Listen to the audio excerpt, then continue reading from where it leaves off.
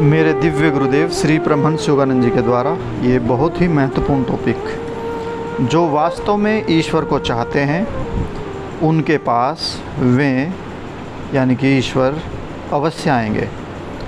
ईश्वर को धोखा देना असंभव है, क्योंकि वे आपके विचारों के ठीक पीछे बैठे हैं और जानते हैं कि आप क्या सोच रहे हैं और किस वस्तु की इच्छा कर रहे हैं।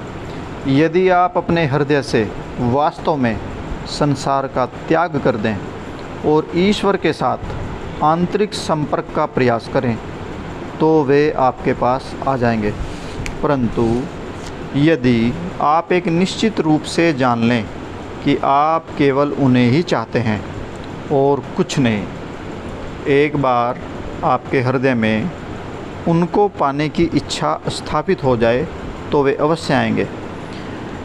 जीवन केवल ईश्वर के संपर्क, उनके साथ वार्तालाप करने के लिए होना चाहिए। किसी एक अच्छे संत ने कहा है, फसल तो वास्तव में बहुत है, परंतु श्रमिक बहुत कम हैं, उसके काटने वाले बहुत कम हैं।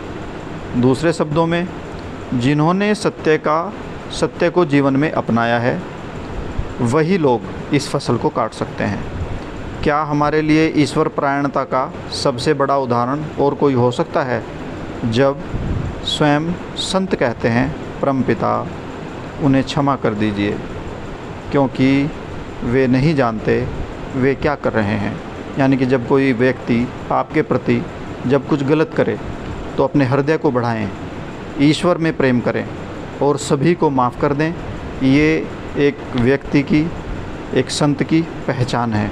प्रत्येक व्यक्ति दूसरे की अपेक्षा अधिक धन चाहता है और जब आपके पास वह आ जाता है तो वह संतुष्ट नहीं होता, क्योंकि वह पाता है कि अभी भी किसी अन्य व्यक्ति के पास इससे अधिक धन है। लोग दुखों के पागलखाने में रहते हैं जो उनकी अपनी ही इच्छाओं से बनाया हुआ है। जो कुछ भी आपके पास है उसी में संतुष्ट होना सीखे। अमेरिका में सामान्य व्यक्ति के पास यूरोप अथवा भारत या किसी अन्य देश के सामान्य व्यक्ति से कहीं अधिक धन है, फिर भी वह प्रसन्न नहीं है। वह परेशानियों और चिंताओं से जल रहा है। ईश्वर का मार्ग सरलतम मार्ग है। सर्वोत्तम यही होगा कि सर्वप्रथम अपने ईश्वर, अपनी परमपिता के पास जाएं और उनसे पूछें कि आपके लिए क्या श्रेष्ठ है। जब आप यह जानते हैं कि वे हैं और वे आपकी प्रतीक्षा कर रहे हैं, तो आपको क्यों तुच्छ वस्तुओं में अपना समय व्यर्थ करना चाहिए। क्या आपने ईमानदारी से यह देखने का प्रयास किया है कि परमपिता आपसे बातें करते हैं या नहीं। ईश्वर समस्त मानव से बात कर रहे हैं। आपके मन को आकर्षित करने के लिए इससे अधिक वे और क्या कर सकते हैं। मैं नहीं चाहता कि लोग ऐसा सोचें कि केवल दूसरों के प्रवचन सुनने अथवा पुस्तकें पढ़ने से आत्म अनुभूति प्राप्त कर सकते हैं। उन्हें उसका अभ्यास करना चाहिए जो वे पढ़ते हैं या सुनते हैं। घर में बैठकर व्यर्थ की बातें सुनने से तो अच्छा है आप मंदिर जाएं, परंतु मंदिर या किसी और आध्यात्मिक स्थल पर जाने में आपने अपने अंतर में उन्हें अनुभव करना सीखना चाहिए और आपको वह प्रविधि जाननी चाहिए जिसके द्वारा आप उनकी यानी कि ईश्वर की विद्यमानता को अनुभव कर सकते हैं। भावुकता, बौद्धिकता अनुभूति प्रदान नहीं कर सकते।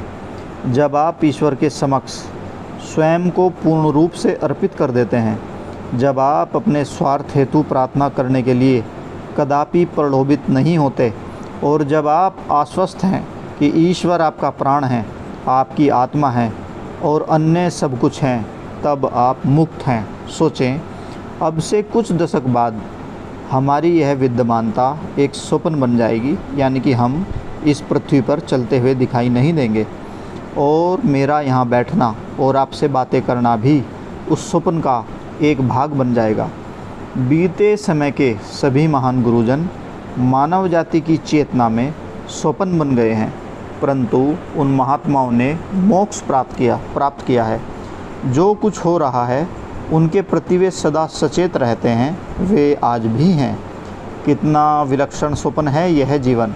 और फिर भी जब आप अपने शरीर पर अब दृष्टि डालते हैं और देखते हैं कि यह किस प्रकार जीवन से स्पंदित हो रहा है, वाइब्रेट हो रहा है, तो उस स्वप्न की वास्तविकता से आप पुनः पूर्ण रूप से आश्वस्त हो जाते हैं। आप सोचते हैं कि यह अथवा वह वस्तु मिल जाने के बाद आप प्रसन्न हो सकते हैं, लेकिन चाहे कितनी भी आपकी इच्छाएं संतुष्ट हो जाएं, आपको उनके द्वारा प्रसन्नता कदापि नहीं मिल पाएगी। जितना अधिक आपके पास है उतना अधिक आप चाहेंगे। सादा जीवन बिताना सीखें।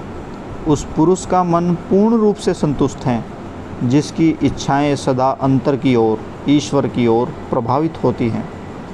वह पुरुष उस अचल समुद्र की भांति है जो अपने में निरंतर समाती हुई अनेक नदियों के जल से सदा परिपूर्ण रहता है।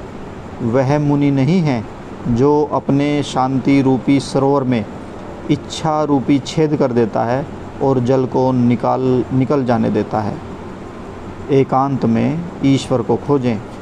आपको उनके द्वारा मार्गदर्शन की आवश्यकता है जो ईश्वर को जानते हैं, जो उनके साथ वार्तालाप करते हैं। बहुत सारे संतों ने एकांत में ईश्वर को खोजना सिखाया। आंतरिक शांति के एकांतवास में आप पवित्र आत्मा यानी कि ओम की ध्वनि के विषय में जानेंगे। भारत के महान गुरुजन भी इस दिव्य शक्ति के बारे में बताते हैं। ओम की ध्वनि वास्तविक अर्थ में अमेरिका की इस भूमि में सर्वप्रथम सेल्फ रियलाइजेशन फेलोशिप के द्वारा बताई गई। सृष्टि में प्रत्येक वस्तु स्पंदन एक फ्रीक्वेंसी, एक वाइब्रेशन है जो ईश्वर की प्रज्ञा यानी कि ईश्वर के ज्ञान द्वारा निर्देशित है। यह प्रज्ञाशील स्पंदन, यह ज्ञानशील स्पंदन फ्रीक्वेंसी ही पवित्र आत्मा कहलाती है। प्रत्येक व्यक्ति को ध्यान के द्वारा यह सीखना चाहिए कि ओम के साथ किस प्रकार संपर्क किया जाए। यह आपको योगदर्श सत्संग सोसाइटी रांची के द्वारा सिखाया जाएगा।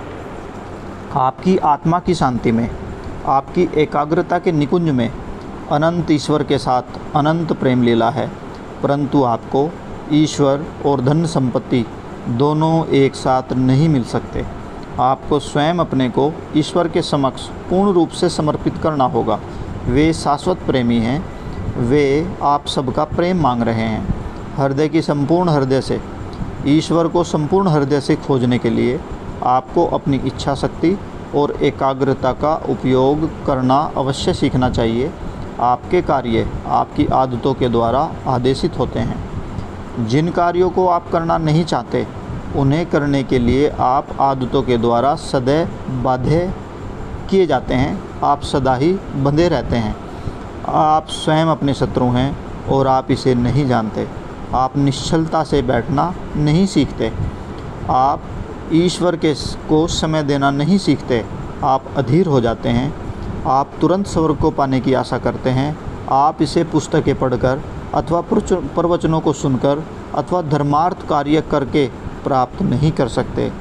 आप ईश्वर को केवल गहन ध्यान में उनके लिए अपना समय देकर ही प्राप्त कर सकते हैं। जय गुरु जी।